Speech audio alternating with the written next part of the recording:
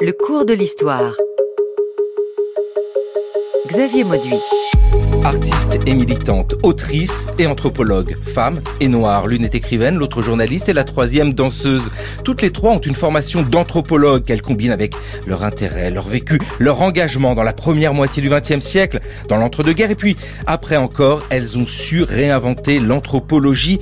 Leur rapport, disons-le, est souvent minimisé. Il est pourtant considérable. Avec tant d'autres, elles ont pensé cette histoire noire. En 1963, Léopold Sédar Senghor, alors président de la République du Sénégal, prononce une allocution à propos du premier festival mondial des arts nègres, celui de Dakar. La portée historique de l'événement tient à deux faits. Le premier est que le festival se déroulera à Dakar, au Sénégal, partant en Afrique, berceau de l'homme noir, voire de l'Homo sapiens.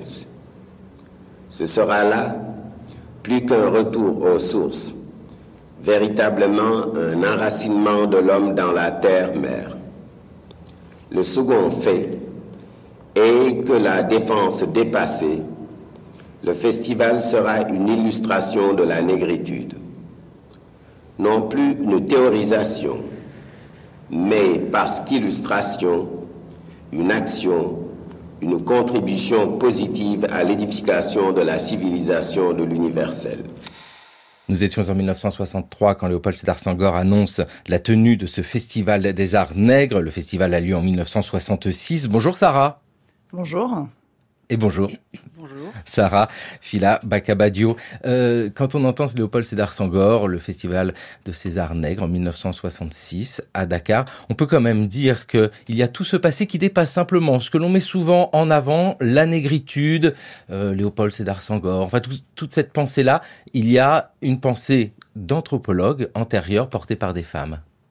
Alors oui, effectivement, il y a une pensée, une pratique surtout de ces femmes qui travaillent sur le terrain, sur la rencontre, beaucoup, entre elles, qui sont donc ces femmes dans l'exposition, Eslanda Robinson, Catherine Dunham et Zora Neale Hurston, qui sont en l'occurrence des femmes qui vont aller utiliser leur art pour aller rencontrer des Haïtiens, des Martiniquais, des Africains. Ben oui, voilà, cette exposition est consacrée à ces trois figures. Sarah Friou-Salgas, bonjour. Bonjour. De Sarah, aujourd'hui, responsable des archives et de la documentation des collections de la médiathèque du musée du Quai Branly Jacques Chirac à Paris. Et vous êtes surtout commissaire de l'exposition Déborder l'anthropologie. Ces trois femmes ont porté quelque chose, on le voit de très fort parce que je le disais, écrivaine, journaliste et danseuse, mais anthropologue. Elles ont une formation d'anthropologue.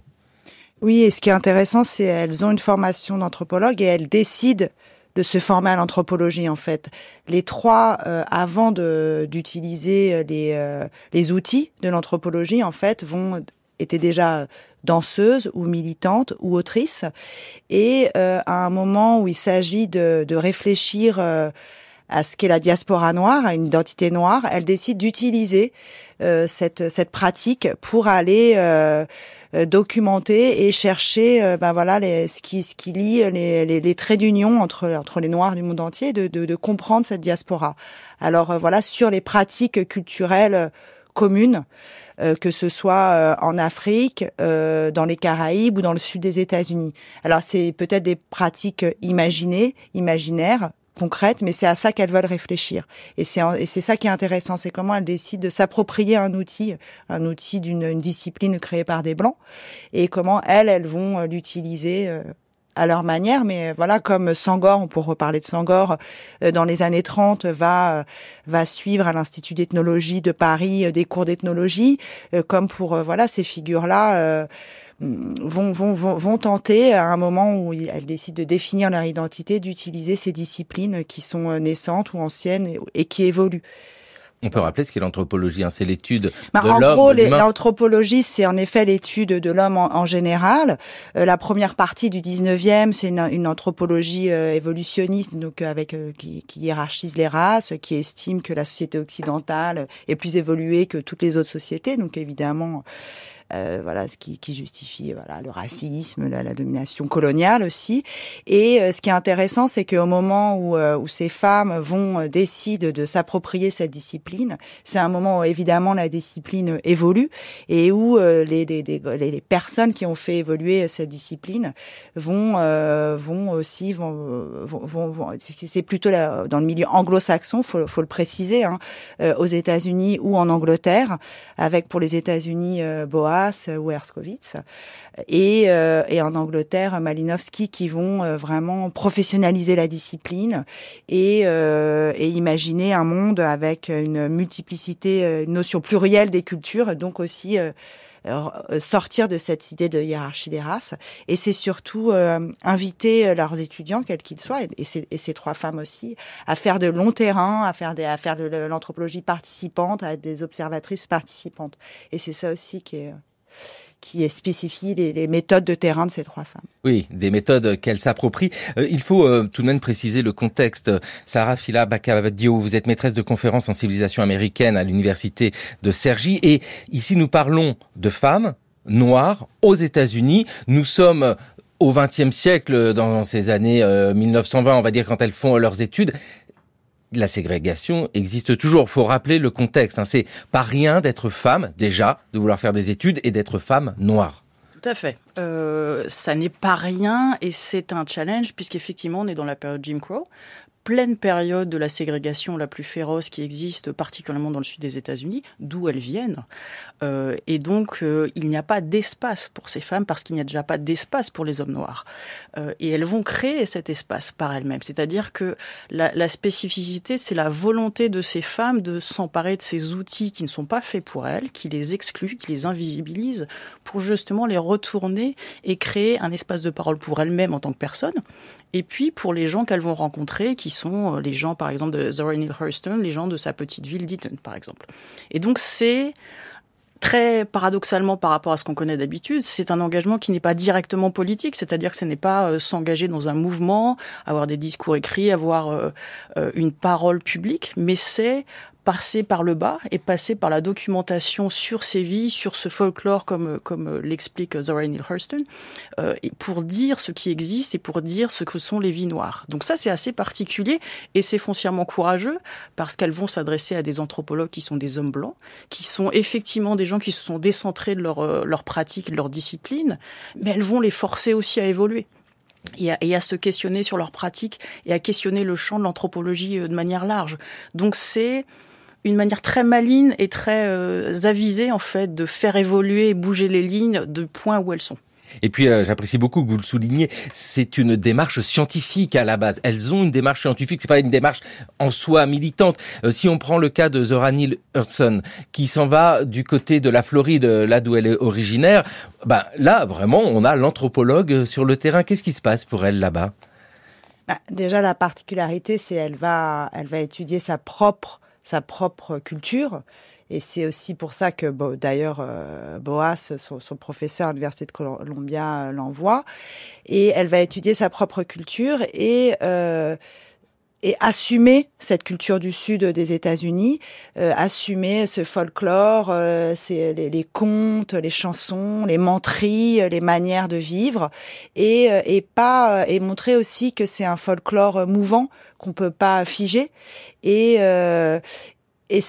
assumer cette culture-là dans un moment où dans les luttes africaines-américaines des années 30, ça peut-être que Sarah pourra en parler mieux que moi aussi, c'était plutôt d'essayer de ressembler un peu aux Blancs, d'être dans les villes, notamment c'était les luttes plutôt des hommes africains-américains, cette volonté d'assumer son identité du Sud, rural, avec tout ce que ça signifie, était à la fois un geste scientifique, évidemment, parce qu'elle va le restituer dans des publications, et ensuite dans des publications scientifiques, et ensuite dans ses romans.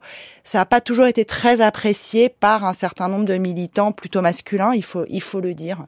Et ça, c'est aussi, pour moi, un geste très fort, très politique de la part de Zora Neale Hurston d'assumer son identité du Sud.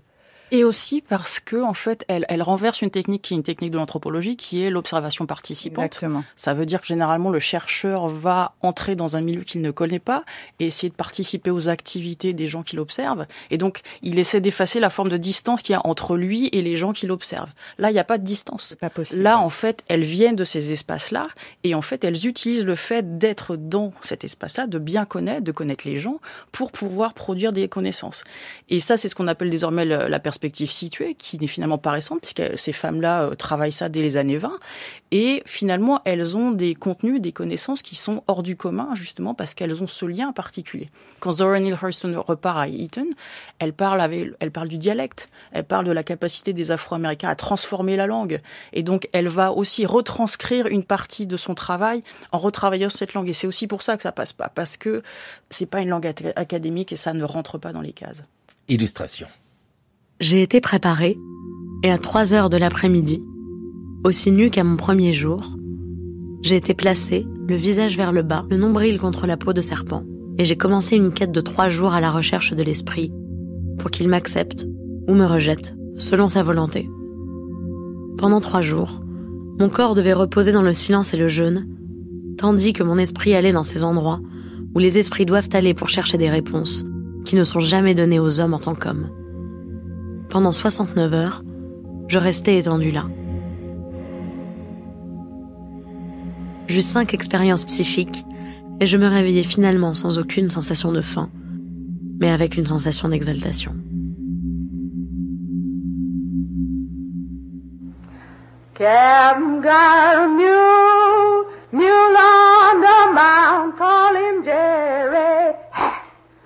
Captain got a mule on the mound, call him Jerry. Gonna ride him down, Lord, Lord, I'm ride him down. I got a woman, she shake like jelly all over. I got a woman, she shake like jelly all over. Her hips so broad, Lord, Lord, her hips so broad. My little woman, she had a baby this morning.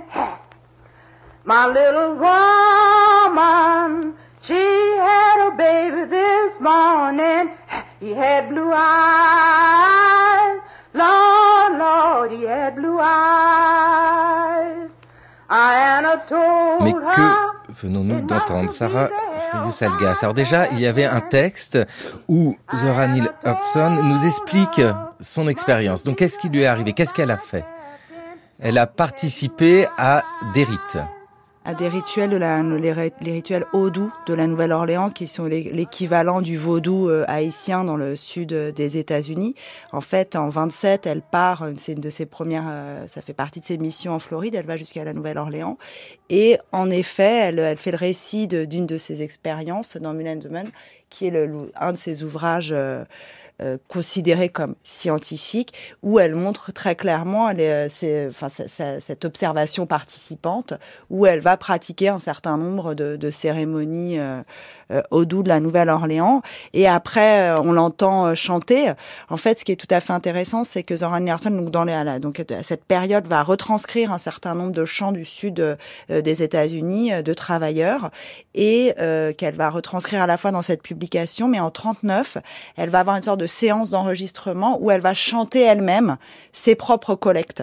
Et ce qu'on entend là, c'est un chant de travailleurs du sud des États-Unis qu'elle a recueilli dans sa ville, à Eton, et qu'elle chante elle-même. Et c'est voilà aussi une pratique de l'anthropologie tout à fait originale et particulière. Alors participante, c'était un peu ce qui se faisait à l'époque. Elle le fait aussi à la Nouvelle-Orléans. Enfin, c'est Malinowski, Boas qui incitaient vraiment leurs étudiants à faire ça.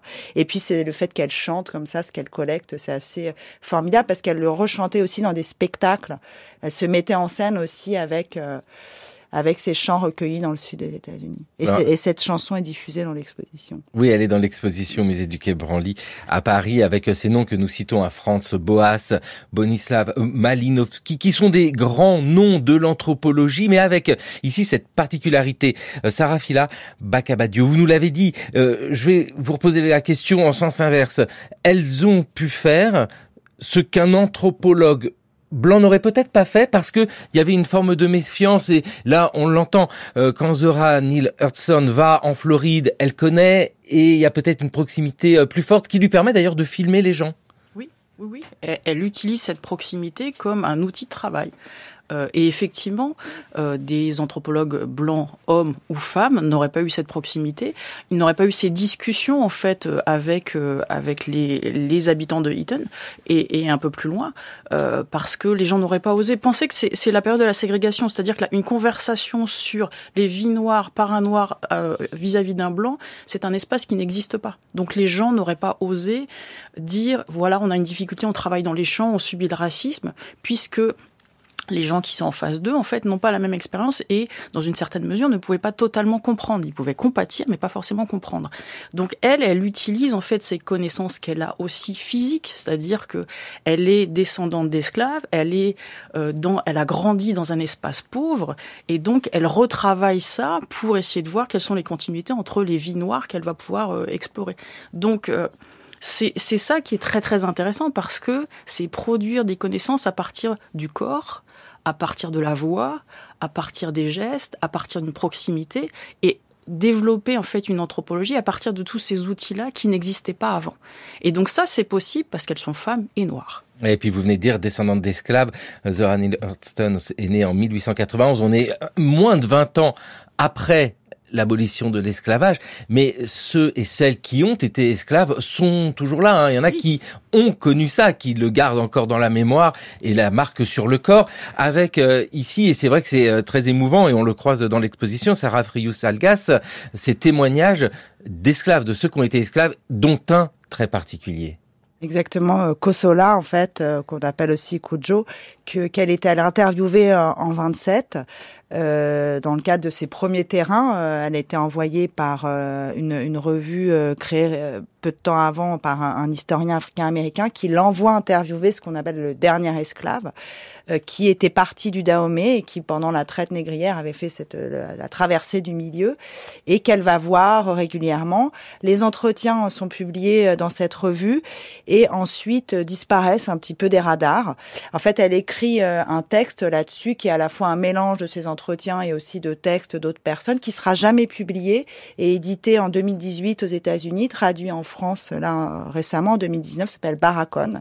Et c'est vrai qu'il y a ces images de Kujo dans l'exposition, et c'est très très émouvant de le voir devant sa petite maison en Alabama avec et c'est tout à fait c'est tout à fait rare et assez exceptionnel de voir ces images de ce dernier, ça fait un peu comme ça excessif, le dernier esclave, mais c'est aussi une réalité. Il lui raconte comment il a été, on est allé le chercher chez lui, et comment il a fait la traversée dans les cales.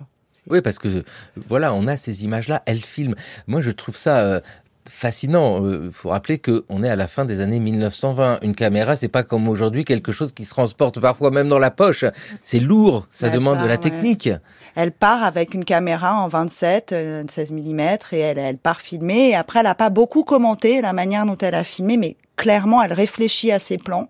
Et c'est une des pionnières de l'anthropologie visuelle, très, très, très, très clairement, je crois, la manière dont elle rentre et aussi dont elle peut rentrer dans l'intimité des gens, pour revenir sur Sarah, parce que elle est elle-même de cette région, parce que les gens vont la laisser rentrer dans leur intimité. Elle filme un baptême, je suis pas sûre qu'un anthropologue blanc ait pu filmer un baptême comme elle le filme. Je suis pas sûre qu'une jeune femme ait pu accepter qu'on la filme dans son intérieur, devant sa maison.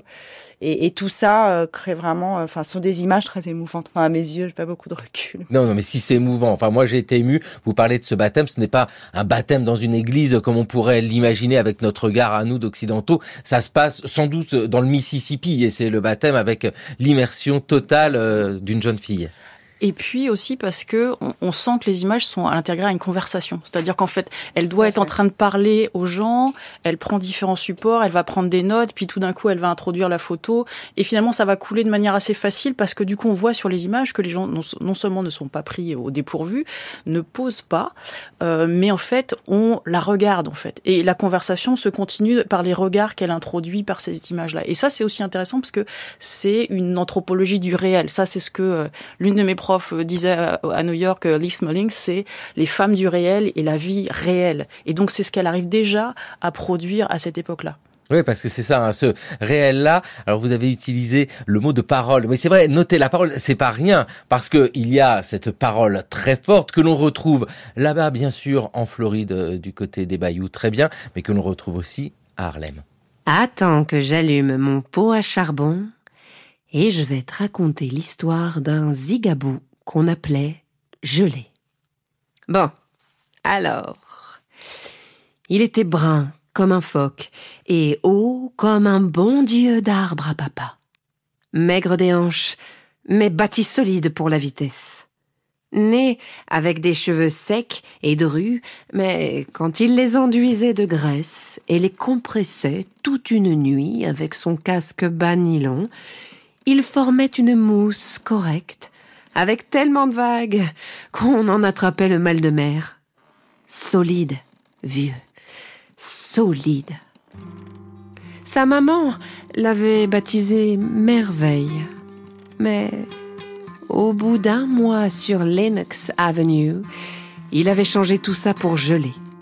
Pourquoi ? Il avait fait savoir dans la rue que lorsqu'il s'agissait de satisfaire un besoin longuement ressenti, de sucrer rambiner les états d'âme de ces dames, il n'y en avait pas deux comme lui.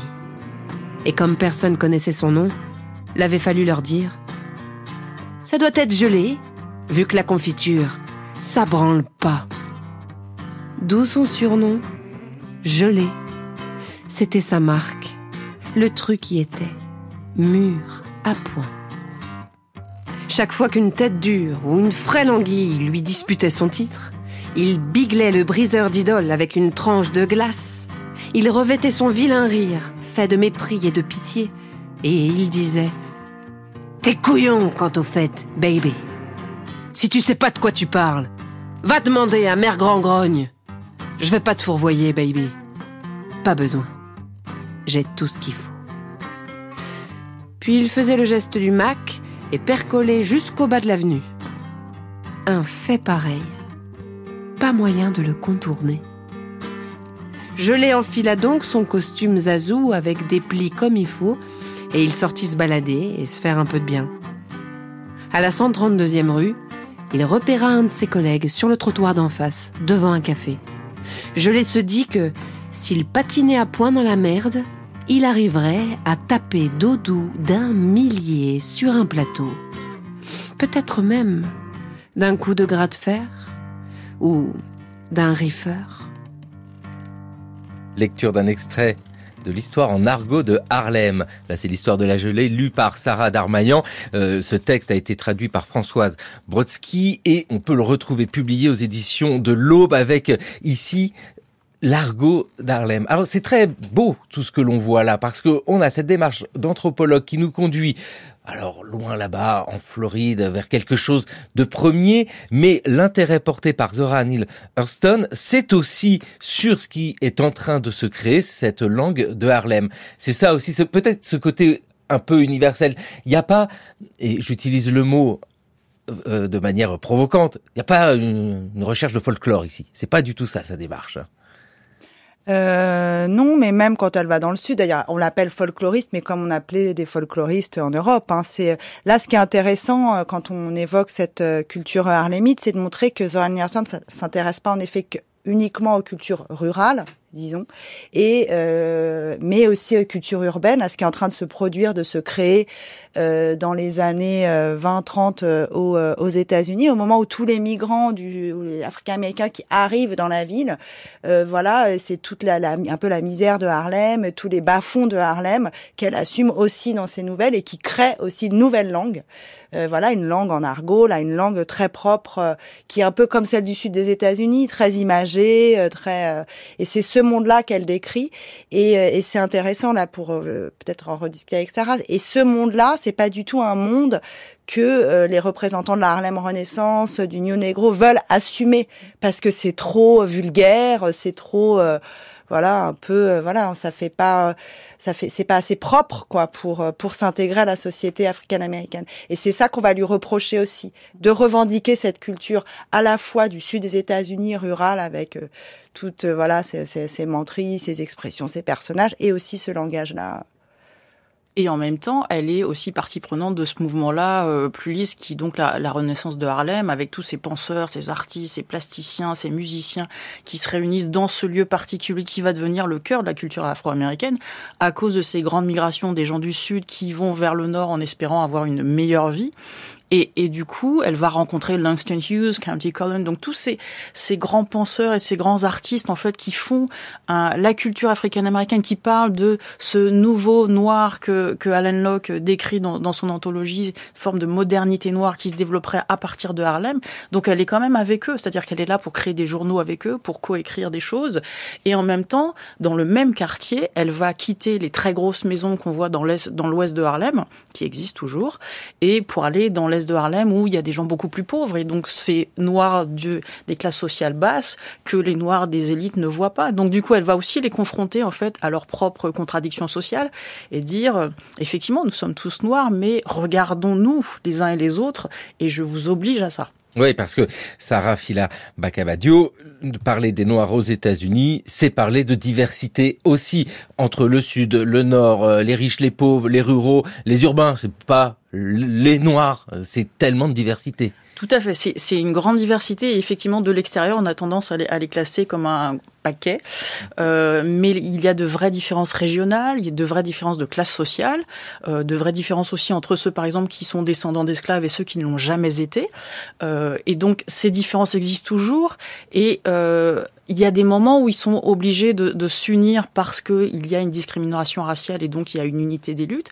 mais après les choses sont plus composites, et ce sont des choses aussi qu'elles vont toutes les trois retravailler à travers leur circulation dans la diaspora, c'est-à-dire qu'elles vont aller apprendre en Haïti, en Martinique, en Afrique de l'Ouest, ces différences entre afrodescendants et africains, et comprendre qu'en fait il y a un écart, que la traite transatlantique a créé cet écart, mais qu'elles doivent aussi voir quels sont le commun et les différences entre eux. Oui, relier tout cela, on parlait de l'argot d'Harlem, hein, on est à New York, et puis vous évoquiez à l'instant les menteries, parce que ça, les menteries, c'est rural et c'est en Floride. C'est quoi les menteries ?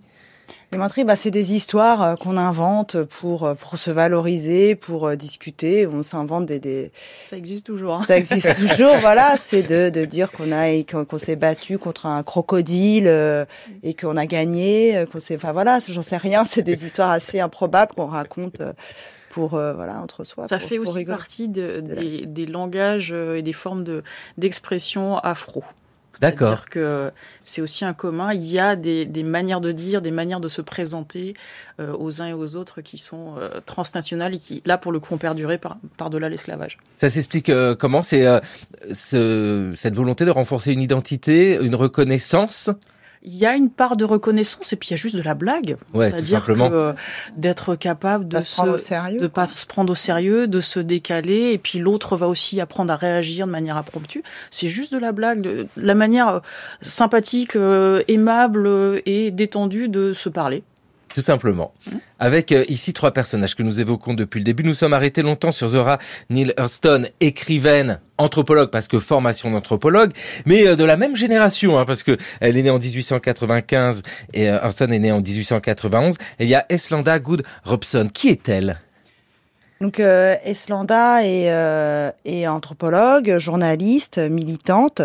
Elle est aussi la femme de Paul Robeson, une célébrité très très important des années 30 aux années 60, qui était un grand acteur, un grand chanteur et aussi un grand militant.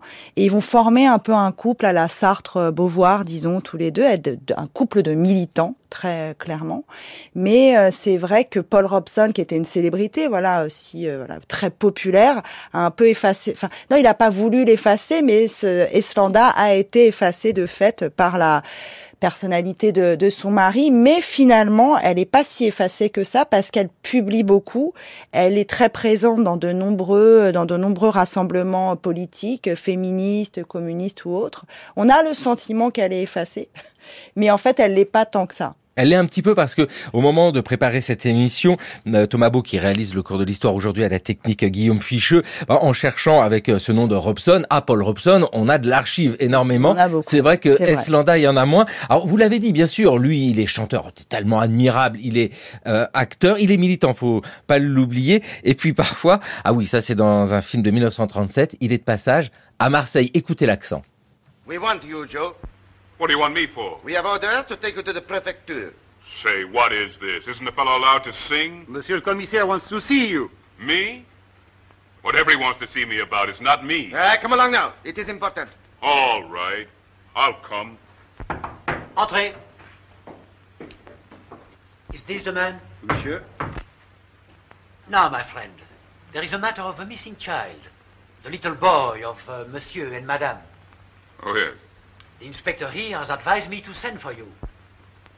Why me? I don't know anything about it. No, but we fear this boy has been kidnapped. It is probably one of the gangs down in the Joliette. Listen to me. You know how difficult it is for the police to get information in these places. Well, it has been suggested that you can help us. What, me? Help the police? En 1937, ce film Big Fella de G. Elder Wills. Alors c'est drôle, hein. En fait, ce qui est intéressant, c'est que c'est l'adaptation d'un auteur de la Harlem Renaissance, qui est Claude McKay. C'est une adaptation de Banjo, et donc on retourne toujours on repasse par Harlem en fait. Et d'ailleurs, Eslanda joue dans le film, joue la tenancière d'un café. Ils sont tous les deux acteurs, et ils vont jouer dans des films un peu populaires comme ça, mais aussi dans des films d'avant-garde, tout à fait intéressants.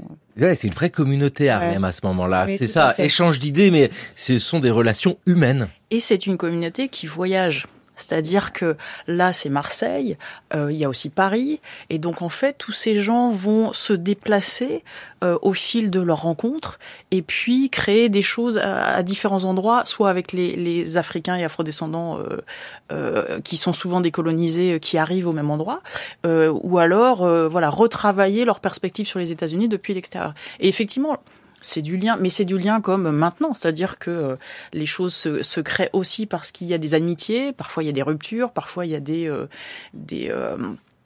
projets en commun qui s'arrêtent, des journaux, voilà. Ce bouillonnement-là, en fait, c'est la renaissance de Harlem le démarre, et puis en fait, c'est une sorte de généalogie qu'on a depuis toujours, en fait, et depuis lors. Ouais, le bouillonnement, c'est vraiment ce mot-là, avec le voyage. Et dans le cas d'Eslanda Robeson, il y a alors là le grand voyage.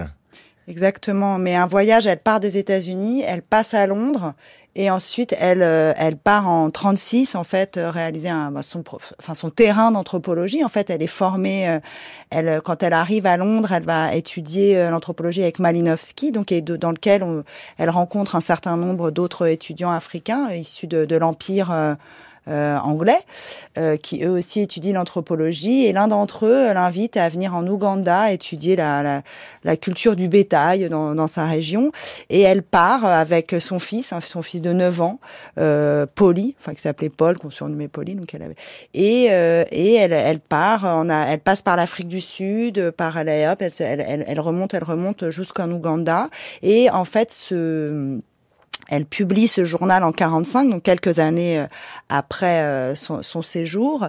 Et là, ce qui est tout à fait extraordinaire dans ce texte, c'est qu'elle regarde l'Afrique complètement autrement, mais aussi parce que c'est une femme noire qui voyage avec son fils et qui est déjà militante. Et ça, c'est pas rien. En fait, elle va regarder l'Afrique complètement différemment. Elle va rencontrer des militants de l'ANC. Elle va s'intéresser aux femmes. Elle va s'intéresser aux mineurs de Johannesburg. Donc, c'est ça qu'elle va voir et c'est ça qu'elle va raconter. Et elle va, donc, ce journal va être illustré par des photographies qu'elle prend. Elle part avec un appareil photo que Paul Robeson lui avait offert, d'ailleurs. Et les photos qu'on montre dans l'exposition révèle un peu ce que disait Sarah, cette possibilité de se regarder et de se montrer différemment, parce qu'on n'a pas affaire à un anthropologue blanc qui vient. Et c'est aussi la manière dont les gens acceptent ils sont pas pris, on les fait pas poser, ils sont pas pris dépourvus, et ça se ressent beaucoup dans ces photographies et aussi dans le texte.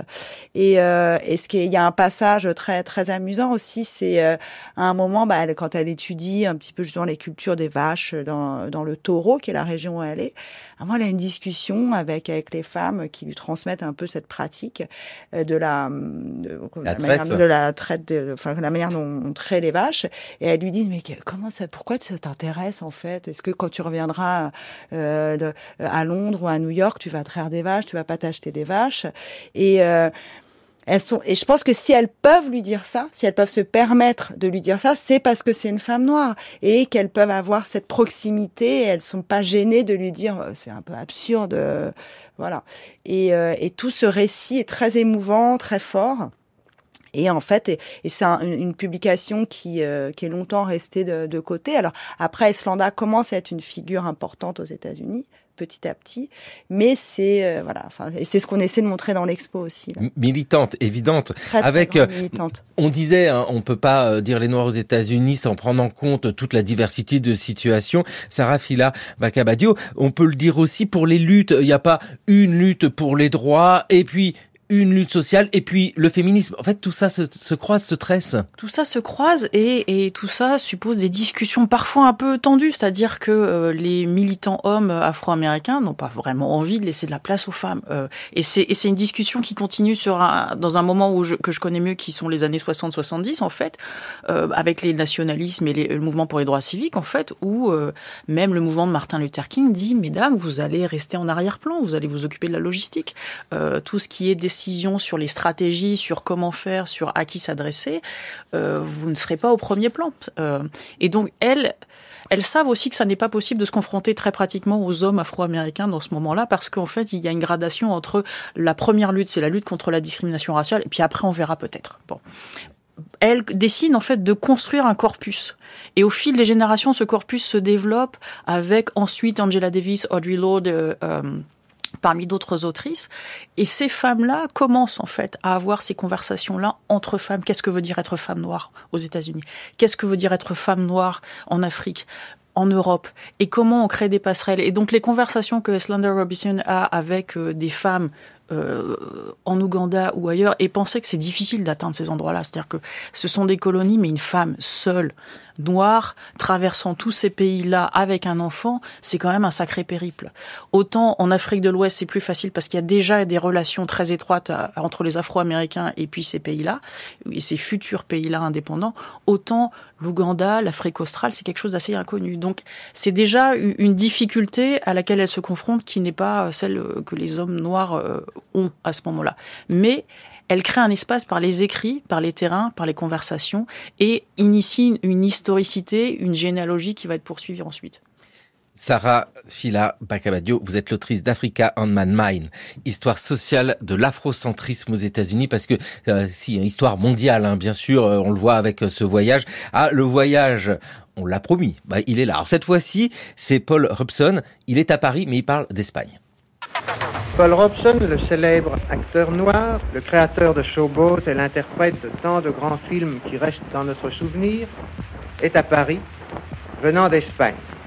Et plutôt que de vous dire nous-mêmes pourquoi il est allé en Espagne, nous allons lui poser la question. Voulez-vous nous dire, Monsieur Robeson, pourquoi vous êtes allé en Espagne? La lutte de l'Espagne républicaine pour la démocratie, la liberté et la dignité humaine et la lutte de quiconque est contre la réaction et le fascisme. L'artiste ne saurait demeurer en dehors ou au-dessus de cette lutte. Il doit y prendre part. Depuis quelque temps, j'ai pris part à des meetings nombreux et donné des récitals pour venir en aide à l'Espagne. J'ai voulu voir se battre ce peuple héroïque. J'ai voulu assister de près à la lutte pour me sentir plus près de ce peuple, pour le mieux comprendre. Which is also Our struggle. Quant à nous qui sommes en dehors de la lutte, nous n'avons pas le droit de laisser les Espagnols porter tout le fardeau de cette lutte qui est aussi notre lutte. Paul Robson au moment de la guerre civile en Espagne. Eslanda va également en Espagne, faut le rappeler, parce qu'il y a vraiment une action militante ici. Oui, tout à fait. Ils partent tous les deux. Et il faut savoir que dans les années 30, en fait, beaucoup d'Africains-Américains vont se mobiliser aussi pour la cause espagnole depuis les États-Unis. Parce que juste avant, il y avait l'invasion de l'Éthiopie. En fait, la question de l'antifascisme, oui. Exactement, et a été très importante dans le monde africain-américain. Et donc eux, ils sont antifascistes depuis Londres, mais c'est vraiment ils participent à cet engagement intellectuel mondial. Il y avait les Africains-Américains, mais évidemment pas que. Et ce qui est intéressant, pour revenir à la troisième figure qu'on n'a pas encore abordée, c'est que Catherine Denham aussi va monter un spectacle en 37 en soutien aux républicains espagnols. Donc c'est vraiment le grand moment antifasciste des années 30 qui va fédérer en fait tous les intellectuels et militants qui soient noirs ou blancs en fait. Et ces grandes figures d'Eslanda et de Paul, de Catherine Denham, de Langston Hughes, des Cubains vont aussi aller en Espagne. Voilà, et ça c'est important de montrer cet internationalisme intellectuel qui ne vient pas que du monde blanc en fait. Et et qu'il y a, quand il s'agit d'antifascistes. Ah l'antifascisme, oui. Non, mais le côté international et les échanges d'idées, on voit, ça fourmille de partout. Exactement. On est dans un monde qui est en chaos. Alors, les mouvements déjà indépendantistes sont présents avant la Seconde Guerre mondiale, faut le rappeler. On associe souvent ça à l'après-Seconde Guerre mondiale, mais c'est déjà là. Donc, toute la pensée est là et ces trois femmes participent de cette pensée.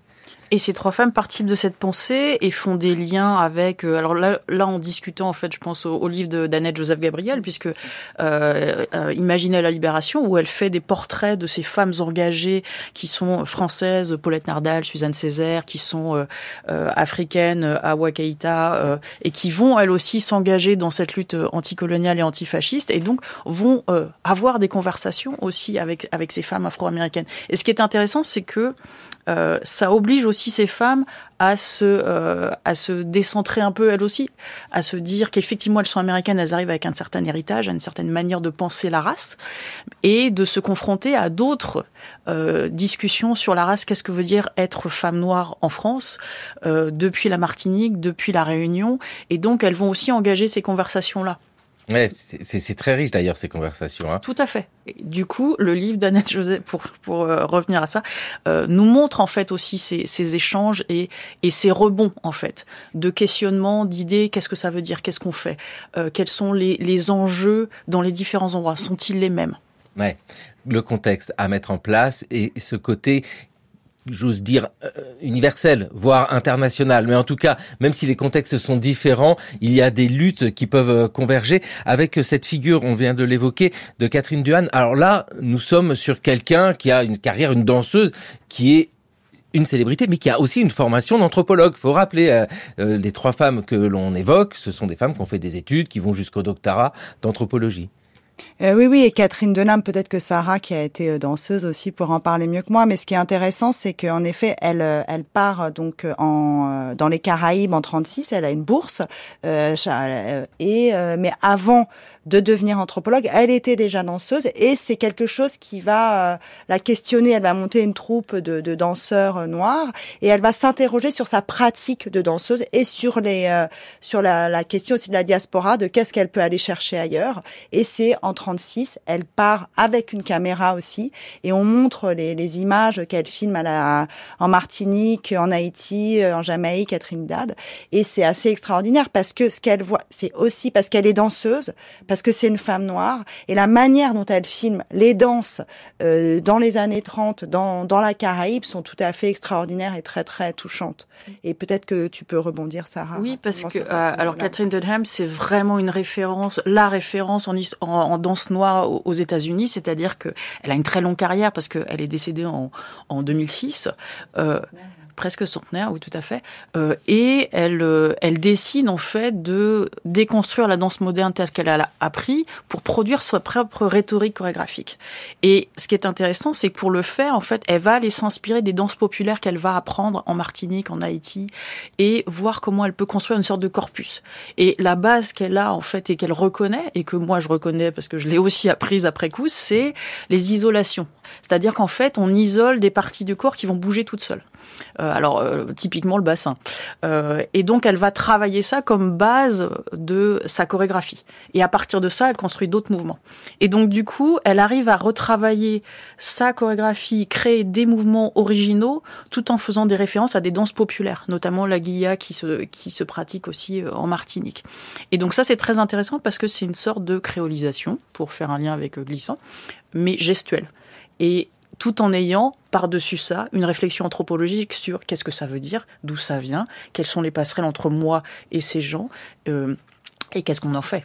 Et c'est ça, qu'est-ce qu'on en fait. Édouard Glissant, la pensée de tout ce que nous évoquons, mais il y a d'autres démarches. Et c'est pour ça que mettre en avant le travail de Catherine Delame, c'est formidable de voir comment elle va filmer les pas de danse, comment elle fait une démarche d'anthropologue qui contribue à l'ensemble de cette pensée. Vous l'avez évoqué à Sarah Frius-Salgas, il y a cette volonté de filmer, elle filme bien, c'est esthétique, mais elle filme les pieds, on pourrait dire, mais... on voit la terre, on pourrait dire, serait mal cadré, mais pas du tout. Au contraire, c'est sublime à voir comment ça permet de décomposer le pas. Il y a vraiment quelque chose de brut dans sa démarche qu'elle utilise et qu'elle enseigne. Oui, et aussi, il faut penser que dans le même temps, elle a une carrière de danseuse aux États-Unis jusqu'à Hollywood, où elle arrive à insérer des segments de danse dans des films grand public. Et il faut penser qu'on est dans les années 40, les représentations de la femme noire, et de surcroît la femme noire de teint clair qui est associée à un cliché qui s'appelle Jezebel, la femme noire tentatrice. C'est pas évident, c'est-à-dire que ça peut vite tomber dans l'exotisme. Et donc elle arrive en fait à créer des moments où les gens vont découvrir ce que sont ces danses caribéennes. Et donc là, elle travaille aussi l'image, c'est-à-dire qu'elle essaie d'influencer la manière dont elle va être représentée, dont ces danseurs vont être représentés dans ces films-là, à travers son œil. Et elle y arrive petit à petit. Et c'est ça qui est aussi intéressant, c'est-à-dire que elle travaille le mouvement, l'image, et puis un peu la musique. Donc il n'y a pas que les pieds. Les pieds, c'est du bas vers le haut. C'est-à-dire que c'est vous obliger à regarder réellement. Oui, et puis à revoir ces films, c'est vrai que c'est magnifique parce qu'il y a ce côté document historique. Catherine Duham nous parle de sa conception de l'art. Ma conception de l'art, comme vous le savez, est basée sur le folklore. Mais l'art, pour moi, est avant tout une réponse à une impulsion intérieure. Je crois aussi que l'art peut jouer un grand rôle humanitaire et social, mais à mon avis, il ne serait pas bon qu'on lui imprime une certaine direction, une ligne tracée d'avance. Vous me suivrez ce que je veux dire? Parfaitement. Il y perdrait son caractère essentiel, il lui manquerait la spontanéité qui lui est nécessaire. Je crains qu'à laisser l'art subir à une influence trop directe du monde actuel, il ne devienne que le fait divers. Je veux dire par là que l'artiste peut s'inspirer de la réalité. Il lui faut, mais en essayant de son meilleur de l'embellir pour la joie des hommes. S'inspirer de la réalité, mais pour l'embellir, c'est Catherine Duham qui s'exprimait dans l'émission Plein Feu sur les spectacles du monde. Nous sommes à la toute fin des années 1940, au début des années 1950, parce que elle a une vraie carrière internationale. On l'entend, hein, il y a Hollywood, mais il n'y a pas que ça. C'est une vraie figure.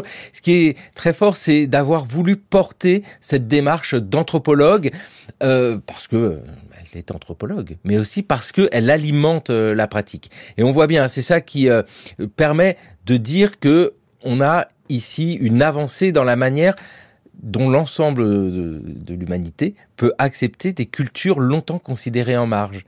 Est-ce que c'est ça aussi? Parce que je dis pas légitimer, hein, c'est pas ça, mais simplement faire connaître. Alors, je dirais documenter. C'est-à-dire que la question est moins d'une acceptation par des sociétés où les gens sont en minorité et mis en marge. Parce que pour elle, la question, c'est pas ça, en fait. Et c'est aussi une question que Alan Locke, de la Harlem Renaissance, posait et avait en débat avec Du Bois. C'est à quoi sert l'art?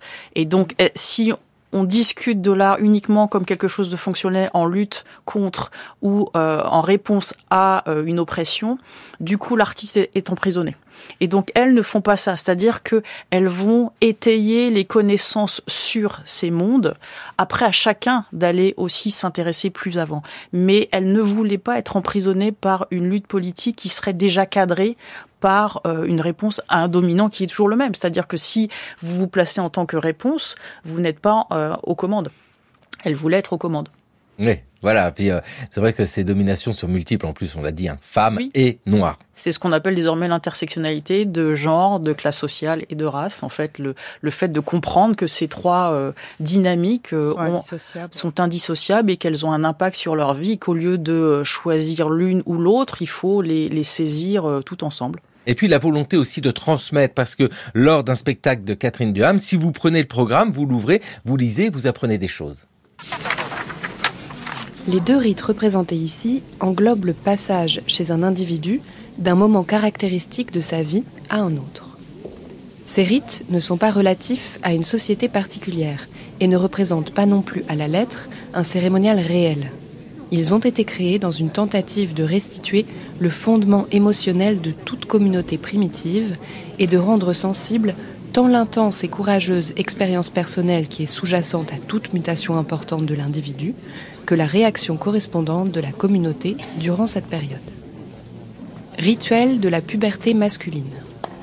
Cérémonial d'initiation par lequel un garçon passe de la puberté à l'âge viril. La première partie concerne l'initiation du garçon. Il voit s'ouvrir devant lui son avenir de guerrier. Dans la seconde partie, les hommes portant le masque des sociétés secrètes de la communauté, conduits par le guerrier apparu dans la vision du garçon, viennent le prendre pour le mener à la cérémonie d'initiation. Il est saisi d'impatience et de crainte. Rituel de la fécondité. La cérémonie représentée ici a lieu à l'occasion d'un accouplement. L'anthropologue ici se mêle à l'artiste et c'est ça qui est magique, c'est que il y a l'esthétique et l'on apprend des choses. Oui, c'était un peu sa démarche permanente de montrer que ce qu'elle chorégraphie, ce qu'elle décide de transmettre est issu d'une réflexion d'artiste, mais aussi d'anthropologue. Et elle va vraiment avoir tout le temps cette réputation d'anthropologue danseuse, d'anthropologue chorégraphe. Et si elle l'a, c'est parce qu'elle passe son temps à l'expliquer aussi quand elle est interviewée, dans ses programmes. Et voilà. Et je pense que c'est intéressant de voir la manière dont le grand public, dont les journalistes vont voir la démarche de cette grande chorégraphe mondialement connue, qu'ici on connaît peu en France, mais pourtant qui a été vraiment une star mondiale, qui est une référence tout à fait majeure pour les danseurs, parce que Sarah en parlait tout à l'heure, elle a créé une technique de danse très très importante et elle a créé des écoles aussi tout à fait importantes. Pardon ? Le ballet créole. Voilà, le ballet créole. Enfin voilà, elle a tout un... Et je suis très heureuse de pouvoir aussi montrer dans cette exposition cette figure. Voilà, on connaît ici Joséphine Baker, mais on connaît pas bien Catherine Duham.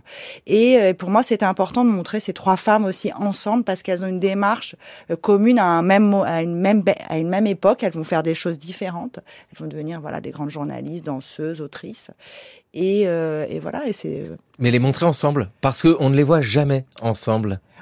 Voilà, mais les montrer ensemble parce qu'il y a le fil conducteur, c'est l'anthropologie, parce qu'on est dans un musée d'histoire de l'anthropologie et aussi plutôt des cultures matérielles puisque c'est des objets qu'on présente, mais de réfléchir à cette discipline, de réfléchir à comment à un moment donné les dominés ont pris en charge cette discipline, se la sont appropriées et en plus des femmes noires et l'idée c'est de montrer que parce qu'elles étaient femmes, parce qu'elles étaient noires, elles vont créer des archives de terrain très différentes que celles d'archives de terrain classiques de l'époque et qu'elles vont en faire des choses très très différentes l'une et l'autre. Avec des documents qui deviennent aussi documents historiques. Exactement. Et on le voit bien avec ces films des années 1920. C'est très important cet apport-là. Mais quand même, on peut le dire sur le temps long, la domination est souvent victorieuse et heureusement qu'il y a ce travail fait actuellement parce que elles ont été mise de côté par rapport à tant d'autres penseurs masculins. Et vous le dites avec justesse, on la connaît moins, on les connaît moins. Il y a tout un travail à faire aujourd'hui pour mettre en avant celles qui ont porté la lutte contre les discriminations. Et on peut peut-être, et on le fait aussi, il faut le faire la même chose en France. Et il y a en effet cet ouvrage d'Anna-Joseph Gabriel qui rappelle toutes ces femmes francophones qui ont participé aussi à ces questions-là. Merci vivement à toutes les deux. Cette exposition s'intitule Déborder l'anthropologie. Et pour poursuivre toute la réflexion, Sarah Fila Bakabadio, on peut vous lire Africa on My Mind. Merci à toutes les deux Sarah. Merci à vous aussi. Et surtout d'avoir mis en avant ces trois figures. Il est temps pour nous de retrouver Gérard Noiriel, c'est le pourquoi du comment.